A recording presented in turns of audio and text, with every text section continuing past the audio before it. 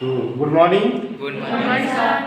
आज हम आपको बायोलॉजी का चैप्टर है फसल अर्थात कृषि, और कृषि से संबंधित एक प्रश्न है, और प्रश्न है कि क्रॉप रोटेशन क्या होता है। क्या मैंने बोला बाबू? क्रॉप रोटेशन क्या होता है? देखिए बाबू, क्रॉप का अर्थ होता है फसल।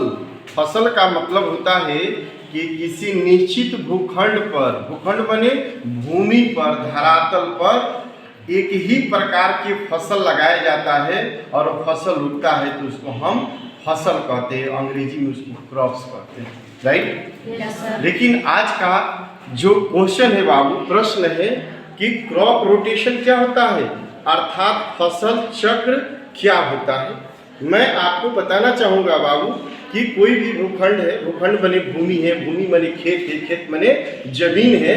अब उस जमीन पर वह खासकर पथरीली नहीं होना चाहिए, वह उपजाऊ होना चाहिए। क्या होना चाहिए बाबू? जोर से बोला जाए। क्या होना चाहिए? और उस भूमि पर यदि फसलों को हम बदल बदल कर बोते हैं, जैसे इस साल हमने गन्ना बोया तो अगले साल सरसों बोया, तो उसके बाद फिर धान बोया, धान के बाद गेहूं बोया, गेहूं के बाद हम अरहर बोए, अरहर के बाद मान लीजिए बजरा बोए, बजरा के बाद मकई बोए, तो आप देख रहे हैं ना कि फसल को हम क्या कर रहे हैं, बदल बदल कर बो रहे हैं। क्या कर रहे हैं? और एक निश्चित क्रम में, एक निश्चित क्रम में हम बदल रहे हैं। तो कहने का मतलब है कि आप फसल चक्र अर्थात क्रॉप रोटेशन को परिभाषित कर सकते हैं कि किसी निश्चित भूखंड पर, किसी निश्चित भूखंड पर हमने लिखा है कि किसी निश्चित भूखंड कहिए चाहे खेत में, फसलों को एक निश्चित क्रम में बदल बदल कर बोना अर्थात उगाना ही फसल चक्र कहलाता है बाबू।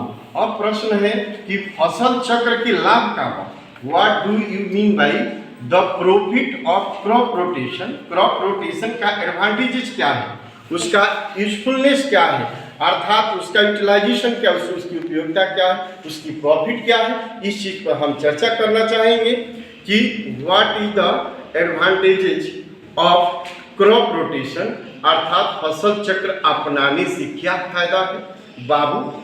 फसल चक्र अर्थात खेत में जब फसल बदल बदल कर बोइएगा ना बाबू, तो उसमें क्या क्या फायदा होगा।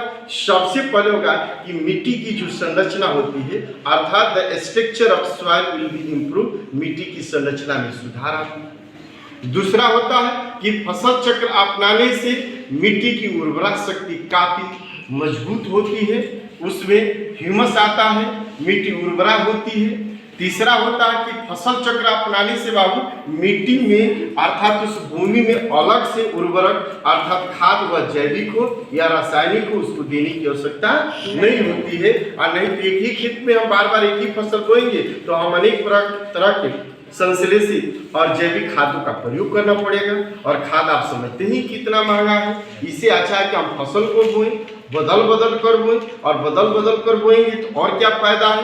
कीट पतंग बहुत ऐसे देखिए छोटे छोटे कीड़े होते हैं बाबू, फसलों को क्या करते हैं, खा जाते हैं, तो उससे भी हमको निजात मिलेगा, मुक्ति मिलेगा, उससे भी कीड़े नहीं लगे।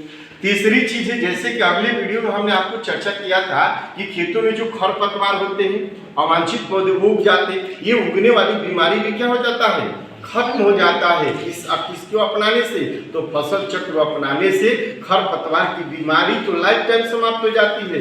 इसीलिए किसानों को आप सुझाव देंगे कि किसान चाचा आप अपने खेतों में फसलों को बदल बदल कर बोइए, और जानते हैं बोने से क्या होगा, आपके खेतों में जो खरपतवार होंगे वो नहीं उगेंगे, कीट पतंग लगते हैं, अनेक तरह की बीमारियां होती, ये बीमारियां नहीं होगी, मिट्टी की उर्वरा शक्ति बढ़ेगी, मिट्टी की संरचना में सुधार होगी, और अलग से जानते हैं किसान चाचा आपको उसमें खाद देने की आवश्यकता नहीं होगी। तो यह रहा advantages of crop rotation and what do mean crop rotation. दो क्वेश्चन को हमने आपको अच्छी तरह से समझाने का प्रयास किया। Thank you.